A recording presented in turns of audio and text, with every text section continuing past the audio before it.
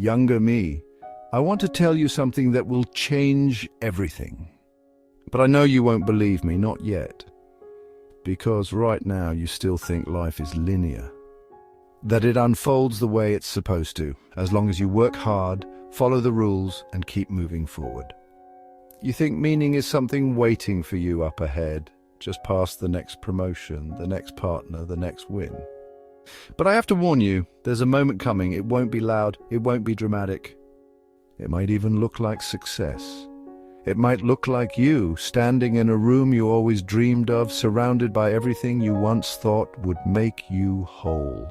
Job title, nice house, maybe a family, and yet feeling a kind of silence that you can't explain.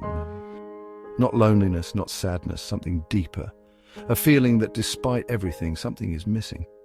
That's the moment I need to prepare you for. It's not a failure, it's not a breakdown, it's a beginning. But it won't feel like that. It'll feel like disorientation. You'll wake up one morning, look in the mirror, and realize you're not chasing a future anymore, you're standing in it. And the life you built, the life that was supposed to mean something, feels like it belongs to someone else. That moment is what people call a midlife crisis. But that name is wrong. It's not a crisis. It's a confrontation with your unlived life. And that's why I brought you some company. Not celebrities, not influencers, thinkers. Souls who wrestled with the same questions you're about to face. Carl Jung, who uncovered the parts of ourselves we hide even from ourselves. Bertrand Russell, who proved that hope is not blind, it's courageous. Friedrich Nietzsche, who saw that our greatest fear isn't weakness, but the fire we've refused to claim. Immanuel Kant, who called us to rise above preference and live with principle. Georg Wilhelm Friedrich Hegel, who exposed the myth of arriving. And Socrates, who warned us the most dangerous man is the one who refuses to question. These voices aren't here to impress you. They're here to wake you up. Because life doesn't begin when you succeed. Life begins the moment you realize success was never the point. And that moment, younger me, is coming sooner than you think.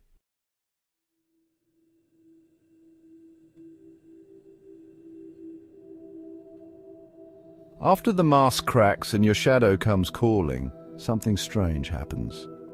You begin to see the world differently. The colors dim. The edges harden. You notice how many people are walking through life numb, angry, checked out. You notice how much noise passes for news, how much fear passes for leadership, how much despair hides behind jokes. And in your darkest moments, you'll start to think, maybe it's all pointless. Maybe I should just protect myself and keep my head down. That's the moment Bertrand Russell would have stepped in, not with a sermon, with a question. Russell wasn't just a philosopher. He was a man who faced down empires with a pen. He was jailed for opposing war, fired for teaching ethics, hated for loving freely. He saw the worst of humanity, bombs, lies, betrayal, and still believed that reason and love could prevail. So not because he was naive, because he chose to believe in what could be, even while standing in what was. Oh, that's not optimism, that's defiance. Russell once wrote, "The good life is one inspired by love and guided by knowledge, not guided by fear, not inspired by bitterness, but love and truth." But that kind of life isn't easy, it takes discipline. Because the world will tempt you to close, to harden, to mock. It will tell you that caring is weakness, that detachment is wisdom, that realism is just another name for giving up. And yet you'll feel it deep in your chest, that pull to stay open. To believe in beauty despite the chaos, to speak with clarity when lies are louder, to build something gentle in a brutal world. That feeling is your resistance, that's your power. Because despair is lazy, cynicism asks nothing, but hope? Hope asks everything. There's a story Russell once told of a young man planting a tree during wartime. When asked why, since bombs might fall at any moment, he simply said, because someone should. That's it. That's the whole philosophy. Younger me, you will one day look at the world and feel the weight of it in your bones. The wars, the divisions, the noise, the apathy. And you will want to shut down. But that's the moment you must wake up. Choose love anyway. Speak truth anyway. Show up anyway. Because the life that matters isn't the one that hides behind cleverness or retreats into irony. It's the one that stays tender even when it hurts. Russell didn't live in comfort, he lived in conviction, and he left behind a life that still echoes because of it.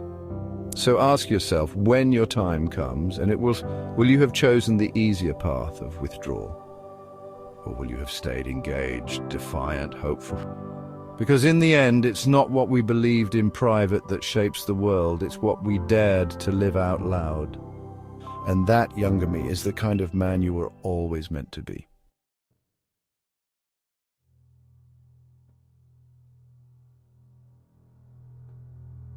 Younger me, there's something you need to hear now and you won't want to. The part of you that's restless, uneasy, that can't seem to settle no matter how much you accomplish. That part of you isn't broken, it's powerful, and it's waiting. But here's the truth, no one ever told you. Your greatest fear is not that you're weak, it's that you're powerful beyond anything you've dared to imagine. Friedrich Nietzsche knew this fear intimately, not the fear of death, not the fear of failure, the fear of potential. He believed most people weren't crushed by what they lacked. They were crushed by what they refused to claim. Because power, younger me, is terrifying. Real power, not domination, not control. But the raw energy inside you, the ambition, the rage, the wild hunger to live fully, deeply on your own terms. You've spent years hiding it under good manners and modest goals. You've called it humility or practicality or being realistic. But in truth, it was fear. The fear of who you could become if you stopped asking for permission.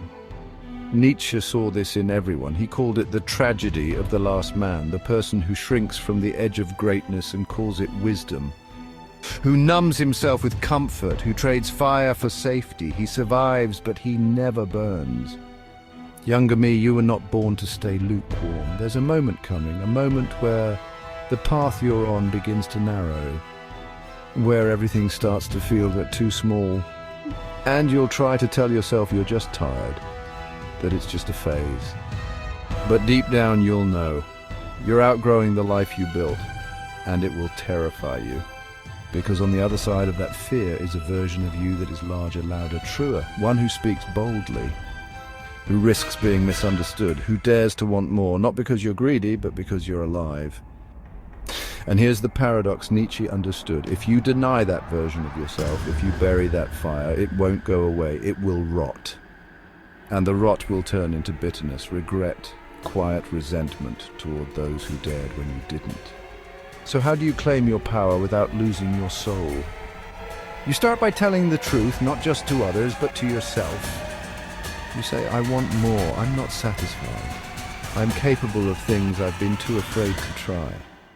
Then you step toward the fire, not recklessly, not all at once, but step by step, you move closer to what scares you, not because it's safe, but because it's sacred.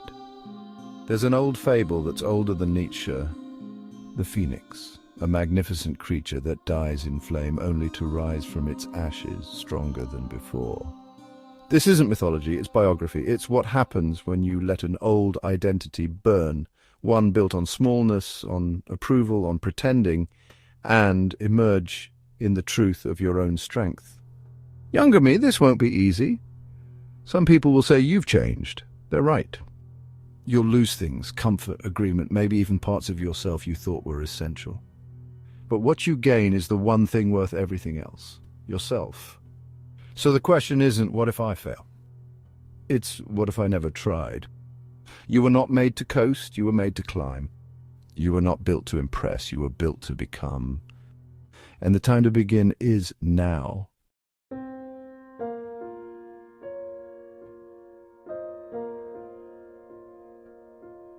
Younger me, sooner or later you'll realize that some of the biggest mistakes you made weren't loud or dramatic. They were quiet, moments when you said yes, when everything in your body said no. Times when you smiled politely while something inside you folded. When you let things slide, when you made a choice you could justify but couldn't respect. And that's when you'll start to feel it, that slow, steady ache of self-betrayal. Not because you failed, but because you succeeded on someone else's terms. Immanuel Kant lived for one idea, that a meaningful life is not one of comfort but one of character. He believed morality wasn't a set of rules handed down from the outside. It was something you had to build inside yourself, a compass so steady that even when the world pulled you in every direction, you'd know where true north was. Kant's great challenge wasn't religious. It wasn't political, it was personal love only in ways you would want every other person to live. Not because someone's watching, but because you are. And that younger me is the real test of adulthood. Not whether you can build a life that looks good, but whether you can live a life that feels clean. Because eventually you'll find yourself in a room full of people who respect you, but you won't respect yourself. And that's the loneliest place in the world. We think integrity is dramatic, but it's built in the tiny invisible choices. The phone call you avoid, the truth you soften, the small lie you tell to make things smoother. And each time you do it, something inside you thins. Kant would tell you, don't wait for the world to give you a code. Write your own, but don't write it in convenience. Write it in stone. Ask, what would it look like to live a life I don't have to explain? A life I wouldn't have to defend if someone saw every part of it? That doesn't mean perfection, it means coherence. That who you are in public and who you are in private match. That your values and your actions shake hands in the dark. Because one day you'll be offered a door. It will look like success, money, applause, control, and it will feel almost right, just almost. But almost right is not right. And if you walk through that door, you'll know. Maybe not immediately, but something in you will wince. A part of you will stop singing. And you'll spend the rest of your life trying to drown out the silence. Don't do that. Instead, be the person who walks away, who chooses the narrow path, the honest answer. The decision you can carry without shame. Not because it's easy, but because it's yours. Kant didn't live a flashy life, but he lived a precise one, a principled one, a life he could defend without flinching. And that younger me is the challenge, not just to live a life that succeeds, but a life that stands up under inspection. A life that doesn't need a PR team. A life that holds its own weight. You already know what it looks like. You just have to stop pretending you don't. Because the person you become depends on what you choose when no one is watching. And the most powerful kind of success is this. Being able to look in the mirror, not just at 40, but at the end, and say, I did not betray myself.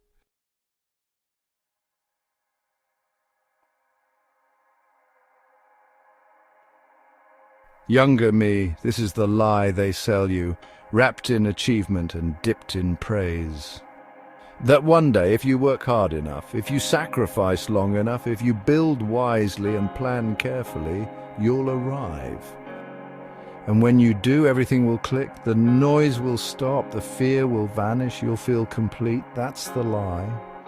Because what you'll actually feel is emptiness, a strange stillness. A question forming in the back of your mind that you don't want to hear, is this it?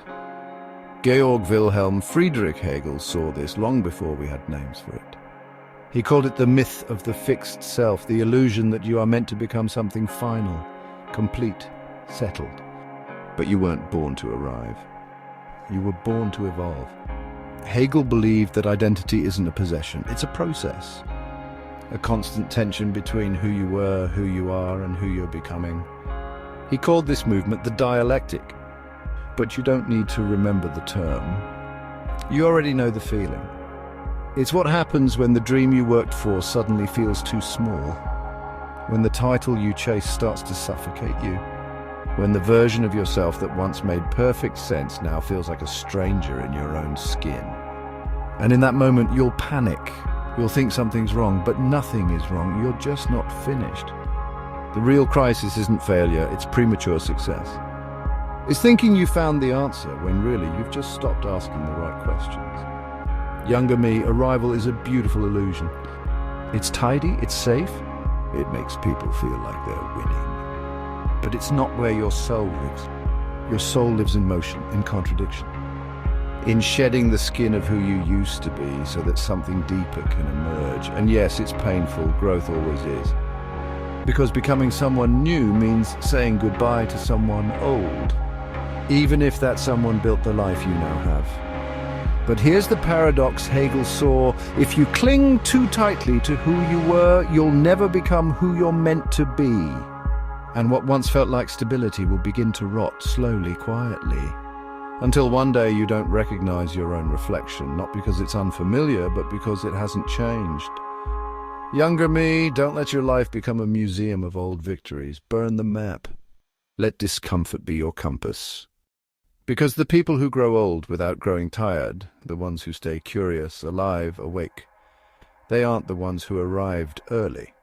They're the ones who kept becoming.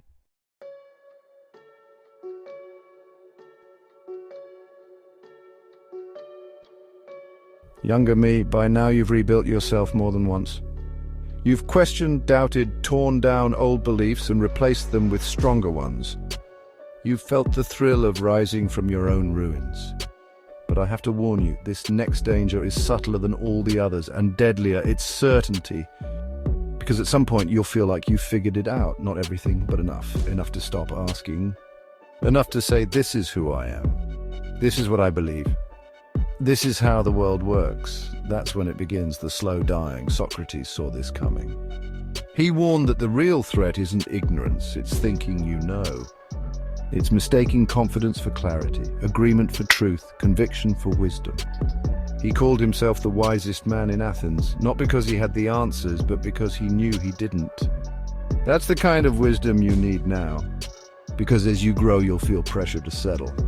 To build your life like a fortress, walls made of certainty, windows that only face one direction. You'll be praised for it, admired for your convictions. But if you're not careful, you'll become a prisoner of your own foundation. You'll stop learning, you'll stop wondering, you'll start repeating. You'll say things that once came from fire and now come from memory. Younger me, the most dangerous man, is not the one who's lost. It's the one who has stopped looking. And the only way to stay alive, truly alive, is to stay in the question. Ask yourself, even when it feels awkward, especially then, what if I'm wrong? What if there's more?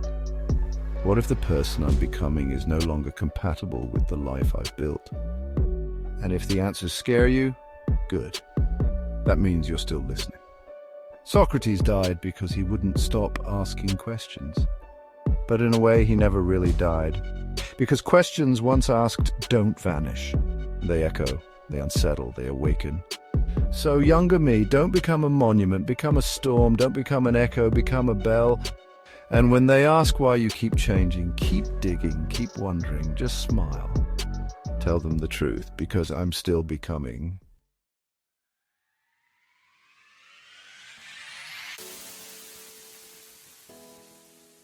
Younger me, this isn't where the story ends, it's where it starts for real this time.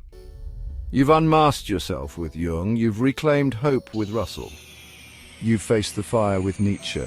You've chosen integrity with Kant. You've let go of arrival with Hegel. And with Socrates, you've returned to the one thing that keeps the soul alive, the courage to keep asking.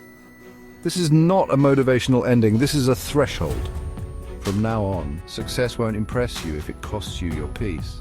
Power won't tempt you if it disconnects you from your values.